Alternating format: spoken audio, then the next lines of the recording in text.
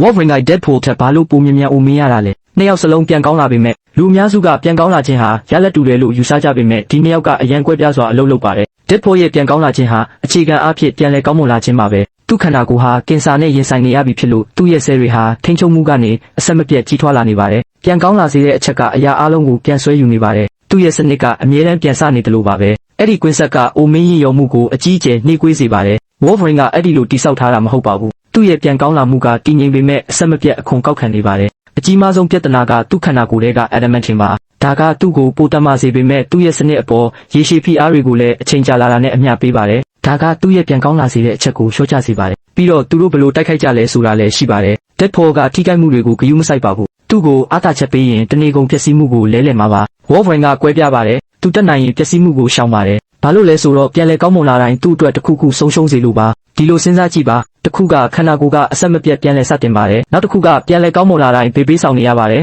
လူကန်ရဲ့နောက်ပိုင်းနှစ်တွေရောက်တဲ့အခါကွာဟချက်ကထင်ရှားပါတယ် Wolverine ကနှိကွေးလာပါတယ်ဒါကြောင့်အဖြေကရိုးရှင်းပါတယ် Deadpool ကပြန်လဲစတင်နေပါတယ် Wolverine ကအားနည်းနေပါတယ်